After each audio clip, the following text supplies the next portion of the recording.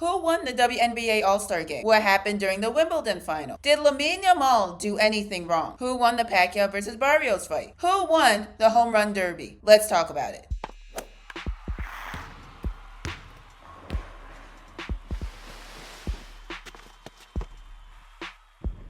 Hello, everyone, and welcome back to a brand new episode of Ball Talk with Chanel. We have had a lot that has happened in the last week and a half, so we are going to be discussing all of it. So for this episode, we're actually going to do things a little bit differently, and we're going to split this episode up into 5 sections. In the first section, we will be talking about everything going on in the WNBA.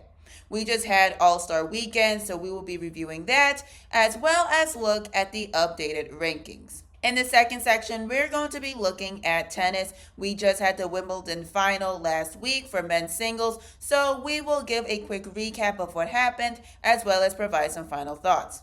In the next section, we will be talking about boxing. We have 3 major fights that has happened in the past 2 weekends, so we will be recapping those fights, as well as provide some thoughts. In the next section, we will be talking about soccer. Now, we did have the Club World Cup last week, so we will be recapping the final. And then there's a big news that has happened that really shocked everyone on the internet. So we will be discussing all of that. And then in the last section, we will be talking about baseball. Now, we did have the Home Run Derby, we had the All-Star Game, and so we will be talking about all of that, as well as provide an update on what the rankings are so far in each of the leagues.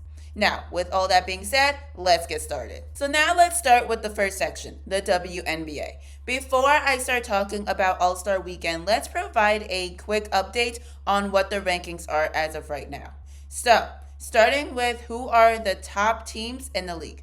Of course, we have the Minnesota Lynx, who continue to dominate and be the top in the league with a 20-4 record and a 12-0 record at home.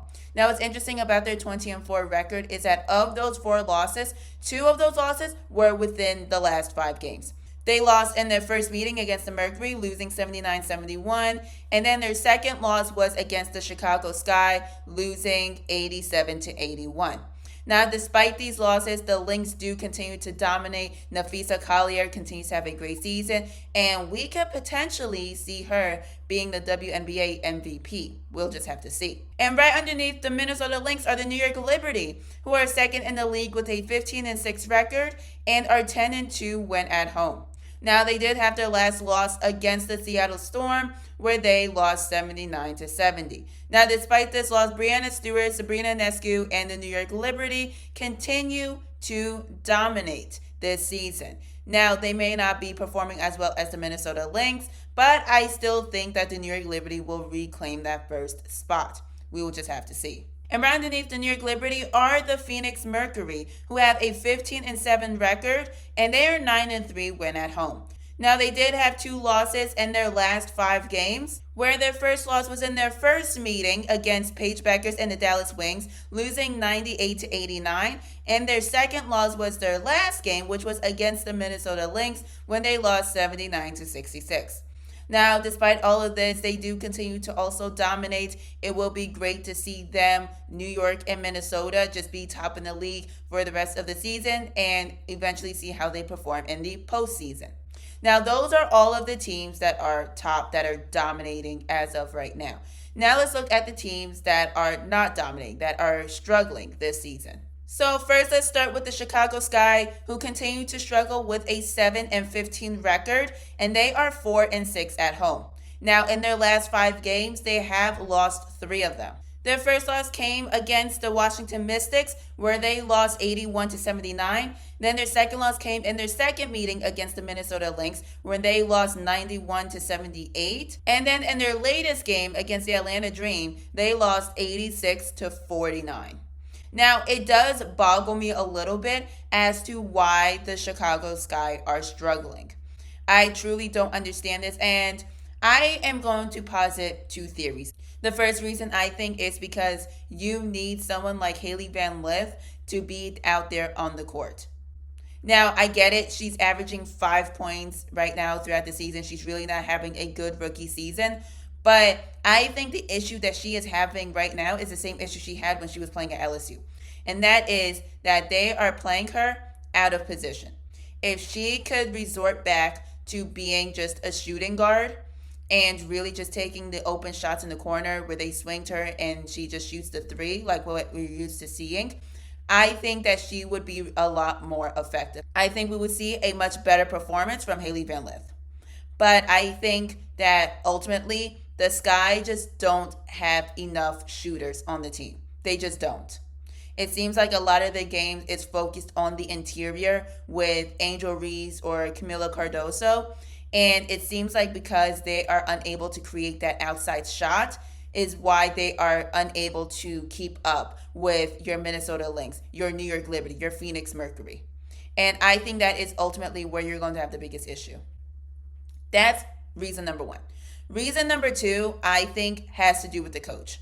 I don't think the coach is really doing a great job of the pick and rolls, of making sure that you guard the perimeter, making sure that the lane isn't open. I don't think he is really setting the team up for success. Like, I have been really disappointed when watching the Chicago Sky games and just seeing the lack of plays being called, the lack of coaching, and truthfully, I just think that they need to let him go. I do. I think they need to let him go. I think they just need a new coach to be in there, someone who is very offensive minded. And I think that's where we're going to see a much better performance from the Chicago Sky. But those are just my theories. Now, right underneath the Chicago Sky are the Dallas Wings. The Wings continue to struggle as they are 6-17 overall, and they are 4-7 at home. In their last 5 games, they have lost 4 of them. They lost in their second meeting against the Phoenix Mercury, losing 102-72. They lost in their second meeting against the Chicago Sky, losing 87-76. They lost to the Indiana Fever 102-83, and then they lost to the Las Vegas Aces 90-86. Now, honestly, I don't know why the Wings are struggling. So I'm going to posit 2 reasons as to why I think the Wings are struggling. First of all, like I said with the Chicago Sky, the Wings need to fire their coach. They do. The coach is terrible. The coach cannot call any plays. Like, you have Enrique Gumbawale and you have Paige Beckers. And you're telling me you can't create any sort of outside shot with those two in your backcourt? That's unbelievable. That is unacceptable. And I think ultimately they need to move on from their coach. They need to hire a better coach who is also offensively minded, who also is very defensive minded as well. I think they need to just hire someone new. They need a new start. And I think with a new coach, I think the Wings would be a lot better. That's the first reason.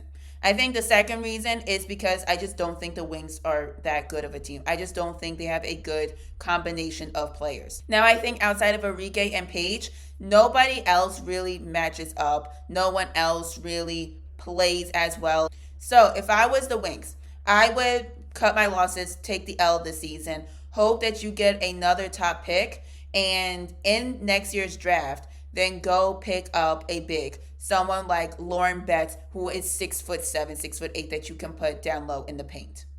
Right? That's something that I would do. You're already good with your guards. You need a big. And then also, too, I would also see if they can go and pick up another forward. Even picking up somebody like Alyssa Peely, who is a big forward that can really also help out in the paint alongside another big like Lauren Betts. I think that's what the Wings should do and truly just rebuild the team around Enrique and Paige. And I think by next season, they would be a whole lot better. But that's just me. And now right underneath the Wings, who are at the bottom of the league, are the Connecticut Sun. They have a record of 3-19, and they are 2-8 at home. And in their last 5 games, they have lost 4 of them. They lost against the Aces 86-68. They lost in their second meeting against the Seattle Storm 79-65. They lost against the LA Sparks 92-88, and they lost against the Indiana Fever in their last game 85-77. Now, what's crazy is that if I was to tell you that this was the same team that made it to the playoffs and they were the top team in the league, you wouldn't believe me. They are playing so badly this season. And you want to know why they're performing so terribly this year? It's because the starting 5 that they had last year when they were top in the league, when they were making a run in the playoffs, is the same starting 5 that they decided to trade. They traded their entire starting 5 from last year, and now they are struggling. I have never heard of a team do so good in the playoffs and decide, okay, I am going to trade every single player that was in that starting five that heavily contributed to our team's success. Like, that did not make any sense. It continued to not make any sense. And I think them struggling this year is a little bit of karma, because that's just not a good business decision to make. So I don't know what the Sun were thinking. I don't know why they decided to make the trades that they did. It's one thing to trade maybe one or two players to really make the team better, but to trade all five is unacceptable. And I think that is why they are at the bottom of the league this season. So that's enough rankings talk for right now. Now let's move on to the All-Star Weekend. Let's start first with the Skills Challenge, where Alicia Gray, Courtney Williams, Natasha Cloud, Skylar Diggins, and Erica Wheeler all participated. Now, despite missing the three-point shots, Natasha Cloud actually came in first with 34.1 seconds, with Erica Wheeler following behind her with 36.5 seconds. And so Cloud and Wheeler faced each other in the final, and Natasha Cloud ended up winning the Skills Challenge. She completed the challenge in 35.6 seconds, whereas Wheeler completed it in 36.7 seconds. Now, with this win, Cloud would receive $2,575 from the WNBA per the CBA, and she would receive an additional $55,000 from AFLAC and the Players Union. Now, what's great about this is that Cloud talked about using this money for a down payment on a house. So it is great that she is putting this money to great use. And so, congratulations to Natasha. This was a well-deserved win. So now let's move on to the three-point contest. Now, the three-point contest was between Sabrina Ionescu, Kelsey Plum, Alicia Gray, Sonia Citron, and Lexi Hull, who was filling in for Caitlin Clark. Now, at the end, Alicia Gray and Ionescu both tied with 25 points in the first round. So they were moving on to the final. And now Sabrina went first, and I felt like I was watching her participate in the 2023 three-point contest all over again. It felt like Sabrina was just in her rhythm. She just could not miss, and she ended the challenge with a whopping 30 points. Now, watching Sabrina play, I actually thought she was going to tie or break her record. So it is a little bit of a bummer that she didn't, but she still had a great performance. And then Alicia Gray went on right afterwards, and truthfully, it looked like she was just out of her rhythm. She did end with 22 points, which isn't terrible, but it did feel that she was a little bit in her head. She was overthinking it, and she just could not find her rhythm. So Sabrina is once again the three-point champ, in which, of course, she would win $2,575 from the WNBA, and AFLAC and the Players Union would give Sabrina an additional $60,000. I just want to say, I think Sabrina completely owns the three-point contest in the WNBA. Like, I don't think there's going to be a player for a while that's going to be able to beat Sabrina. Because every time she performs, she just excels. She sets the bar high for people. And so I think that she is going to be at the top for a while until we see another three-point shooter that can really go toe-to-toe with her. I think she's just going to be winning every single time. So now with all of that, let's move on to the game in itself. Now, Team Collier did dominate against Team Caitlin Clark. And of course, who won MVP was the captain herself, Napheesa Collier. She ended the game with a massive 36 points, which is the most points scored in All-Star game history, to go alongside 9 rebounds. She completely dominated in this game. Now, of course, who else I need to talk about, too, is Skylar Diggins, because she is the first player now to record a triple-double in an All-Star game. She ended the game with 11 points, 11 rebounds, and 15 assists. Now, I would be remiss to not talk about a couple players on Team Clark that also had a really good game. And even Kiki Iriafen, who for her very first All-Star game, she ended the game with a double-double. She ended it with 17 points and 10 rebounds. It was just overall a very entertaining and good game to watch. But what's more important to talk about with this game is what the players were wearing prior to the game and even afterwards. The players were wearing a shirt that said, "Pay us what you owe us," which is in reference to their current CBA negotiations. So the players are asking for a higher revenue share, improved conditions, among many things, and it just seems like CBA negotiations with the league is just not going well. And so I have seen a lot of people on social media talk about revenue sharing and why should the players be making more money if the league doesn't make any money. And so let's just quickly go through everything so there is no confusion. Revenue sharing is all about how much you get based on the amount of revenue that is brought in. Revenue is the amount of money that you bring in. Profits is the amount of money you keep after you pay for everything to keep the business going. Now, people saying that the WNBA does not make any money, therefore implying that the league does not have any revenue, are just simply lying, just to put it straightforward. The WNBA has a revenue of $200 million, okay, which is almost a 50% increase from the previous years, especially last season was such a huge season for the league. We've had record-breaking viewership numbers. We've had record-breaking attendance. We've had multiple sold-out games. Like, the WNBA has been growing, has been making a lot more money.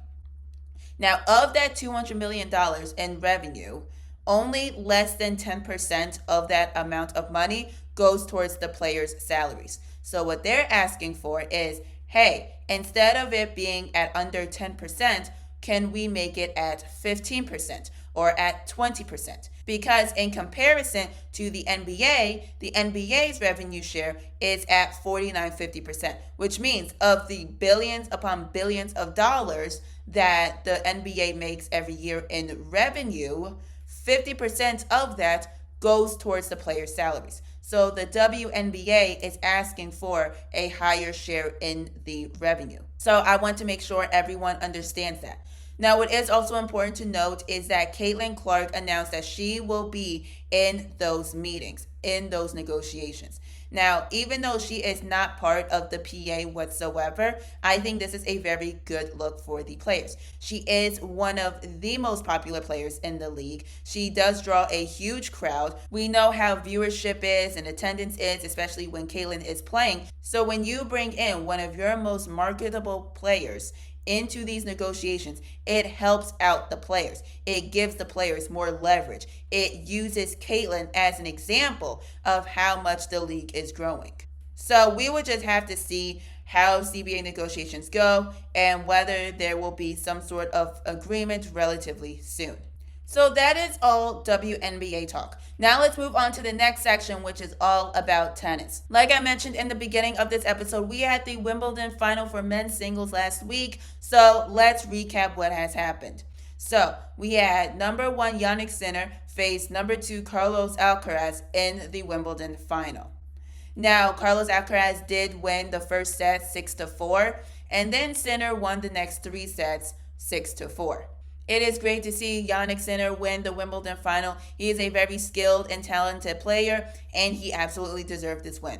Now, what I will say, though, about this is that I was really looking forward to this match being 4 to 5 hours. So, if you don't know what I'm talking about, basically, these two faced off in the French Open final. And Alcaraz made one of the greatest comebacks, I think, in recent history.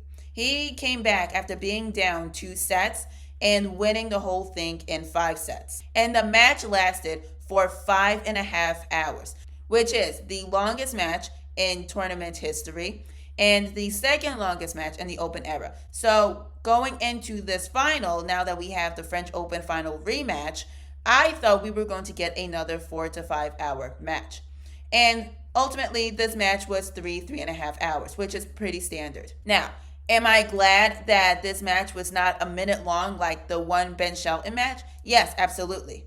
But when I say I walked in thinking that this was going to be another 5-set match where we're going to be seeing a lot of back and forth, maybe a crazy comeback from Alcaraz again or a comeback from Sinner, and this match was going to last 5 hours, I really thought we were going to see that, but we didn't. Either way, it was a very exciting match to watch, and congratulations to Sinner. I cannot wait to see them in the next tournament. Before we continue, please be sure to check out the description box down below, which gives you all my social media accounts. If you want daily news and reactions, then please go follow my TikTok, my Instagram, my Facebook. If you want to see what a day in the life looks like for me, then you can go check out my Snapchat. If you want to see some quick reactions and see a little bit of hot takes that I have, then you can go check out my Threads and X accounts. If you're listening to this on Spotify, please be sure to follow this page so you do not miss a single episode. If you're watching this on YouTube, please be sure to hit the like button down below. Make sure you subscribe to this channel and make sure you turn on notifications so you do not miss a single episode. Now let's move on to the next section, which is all about boxing. Now, we had 3 big fights that's happened in the last 2 weekends, so let's recap what has happened. So, last weekend, we had a co-main event for boxing. We had Shakur Stevenson face William Zepeda, and the fight went the distance, and Shakur ended up winning by a unanimous decision, where 2 judges gave the score of 118 to 110, and 1 judge gave the score of 119 to 109. Now, Zepeda did throw a lot more punches than Stevenson did. He threw 979 punches compared to Stevenson, who threw 565. But even though Zepeda threw more punches, Stevenson was a lot more efficient. He landed 52% of his punches, whereas Zepeda only landed 28% of his punches. Now, I don't care if people think that this was a very underwhelming fight. I think Stevenson actually had a great display. You saw a lot of efficiency, like what I just talked about. He used a lot of counters. You saw a lot of combinations coming through from Stevenson. He looked really sharp in this fight. And I will say that Zepeda did look a little bit sloppy, was just kind of throwing punches and left himself vulnerable at a lot of times. And that just allowed Stevenson to hit him with the counters. It was an absolute great fight. I would love to see Shakur face Tank Davis. That is my dream match that I want to see happen. But right now, Tank Davis is possibly facing jail time because he was arrested for domestic abuse. So maybe in the next couple years, we will be able to see Tank and Shakur face each other in the ring, but we would just have to see. But like I said before, this was a great fight from Stevenson. Congratulations to him for winning. Now, the other main event that happened was between Shiraz and Berlanga. And listen, this was a great fight to watch. Okay, they were both very aggressive, but ultimately you saw Shiraz completely dominate against Berlanga. And that was shown especially in the 4th round. Shiraz hit Berlanga with a combination in the face and completely knocked down Berlanga. Now, he was able to get up. He wasn't completely knocked out, but he was also saved by the bell because it was the last 10 seconds of the round. By the time the 5th round started, look, the refs knew that Berlanga was done. He completely waved off the fight, and Shiraz ended up winning by TKO. Now, someone has said that Shiraz should be facing Canelo Alvarez next. Now, if you didn't know, Canelo Alvarez is actually facing Terence Crawford in September, which means that a potential Shiraz-Alvarez fight would not happen until 2026. But if this fight was to happen, just to make an extremely early prediction, I think Canelo would win by knockout. I think Shiraz looked really good in this fight against Berlanga, but I don't think he has the skills or the defense to keep up with Canelo. I think Canelo would give Shiraz a hard time. But that would be a fight that I would be looking forward to. And we would just have to see if this fight even comes into fruition. And so the last fight that I want to talk about is Pacquiao versus Barrios that was just a couple days ago. Now, Pacquiao did come out of retirement to face Barrios for Barrios' WBC belt. And now they entered the ring, the fight went the distance, and the decision was a majority draw. Now, I just want to say a couple of things about this fight. First thing I want to say is that Pacquiao looked a lot better than what I expected. Was he slow? Yes. Did he leave himself vulnerable at a lot of moments throughout the fight? Yes. But truthfully, those are things I would have expected from him for someone who has not entered the ring in years and someone who is almost 50 years old. But he was extremely aggressive the entire fight. His stamina was up. I thought it was going to give out by the 6th or 7th round, but his stamina was up. It was good for the entire 12 rounds. And truthfully, for 46, he looked really good. Like I said, a lot better than what I expected. Now, the second thing I want to say is about Barrios. Now, Barrios did have good defense. in the fight. Now, just from the offensive end, he was so hesitant. He would not let his hands go. He seemed really hesitant. Like, he was just not really throwing a lot of punches. Now, I don't know if this was intentional or not, but I think it really showed that either he was intimidated or he truly did that intentionally, whether it was out of respect for Pacquiao or if it was I am just going to hold back so I do not kill this man. But truthfully, I was a little disappointed in Barrios just from, like I said, the offensive end. I really thought he was going to throw a lot more punches than what he did. Now, the last thing I want to say about this fight is that, truthfully, Pacquiao should have won. This was not a draw. Yes, it was a close fight, but ultimately, I think Pacquiao won. Now, for me at least, I had it to where Pacquiao won 7 rounds and Barrios won the other 5 rounds. I had it to be an extremely close fight, but I think Pacquiao should have won. But since it is a majority draw, it really does not hurt anybody. Barrios gets to keep his belt. Neither one of them has another loss on their record, so it's not like there was anything negative about having a majority draw. I just wish that the judges would have given Pacquiao that win because I truly felt that he has won that fight. But ultimately, it was a good match to watch. It was great to see Pacquiao back in the ring, and I cannot wait to see what's up next for either Pacquiao or for Barrios. So now let's move away from boxing and let's talk about soccer. We did have the Club World Cup final last week, so let's recap first what has happened in that final. So, in the final, we had Chelsea face PSG. So, Chelsea had a good season last season, placing 4th in the Premier League. And PSG ended up top of their league, and they even won the Champions League final. So, they were seen as the best team in Europe. Now, going into this match, I think everyone kind of figured it was going to be a good match. It's going to be a good back and forth. We may even end up in extra time.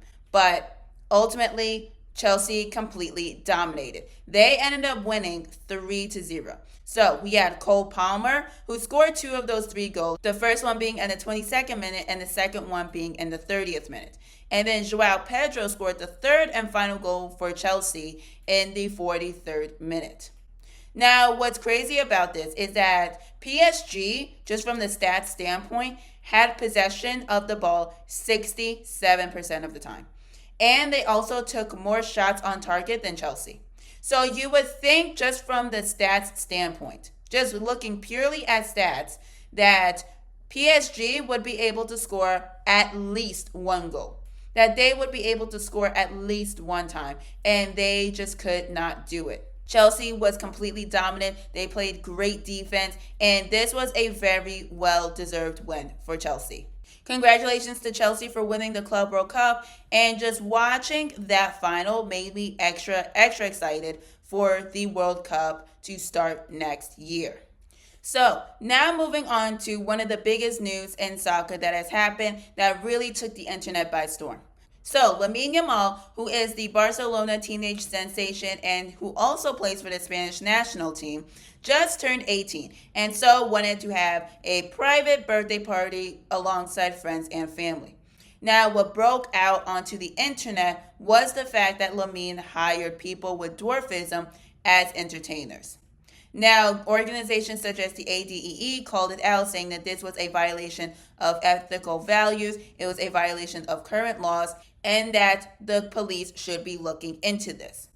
Now, one of the entertainers did speak out anonymously, and they did say that they were treated with a lot of respect, and at the end of the day, they wanted to be entertainers, and they should not be limited and barred from being entertainers. And Lamine just allowed them to do just that, and everything was great. It was a great time with everyone. Now, hearing this news, and assuming everything is true that was said from the entertainer, my question is this. If Lamine did not illegally hire people with dwarfism to be entertainers, these people wanted to be entertainers, and they were treated with a lot of respect and with dignity and treated like every other human being should be treated, what is the issue? Why are people making an issue out of this? I don't think that it is a big issue. If they want to be entertainers, the people with dwarfism should be allowed to be entertainers. Now, of course, if Lamine hired them illegally or if they were treated very inhumanely, then that's a completely different story. But if they were treated just how every other entertainer would be treated, then I'm not quite understanding what the issue is. Now, the ADEE did threaten to take legal action against Lamine, and so it was just going to be interesting to see what happens. I personally don't think that they will have a winning case, especially if the entertainers speak out and say that they were treated with respect and nothing illegal happened. But like I said before, we will just have to wait to see what happens. So now let's move on to the next section, which is all about baseball. So let's first recap what happened during the Home Run Derby. So in the final of the Home Run Derby, we had Kyle Raleigh, who is the catcher for the Seattle Mariners, face Junior Caminero, who is the infielder for the Tampa Bay Rays. Now, whereas Caminero was able to get through the first two rounds with ease, Raleigh barely made it out of the first round. He faced Brent Rooker, and they both tied for the total number of home runs hit. So the league had to look at who hit their longest dinger further. Now, Raleigh's longest dinger was 470.62 feet, and Rooker's longest dinger was 470.54 feet. So Raleigh's longest dinger was barely longer than Rooker's, but he was able to escape the first round, and then he was able to escape the second round with ease. So we have Caminero versus Raleigh in the final, like I mentioned beforehand. And Raleigh ended up winning after hitting a total of 18 home runs, whereas Caminero only hit 15 home runs. So Raleigh is the first catcher in history to win the Home Run Derby. Now, what's even crazier is that Caminero is only 22 years and 9 days old. So if he would have beaten Raleigh in the final, he would have been the youngest player in history to win the Home Run Derby. So either way, it would have been history made. But either way, it was a great win for Raleigh. I'm not shocked. He has just been a home run slugger this season. So congratulations to him. It was a very well-deserved win. So now moving away from the Home Run Derby, now let's look at the All-Star Game. So the National League was leading 6-0 going into the 7th inning.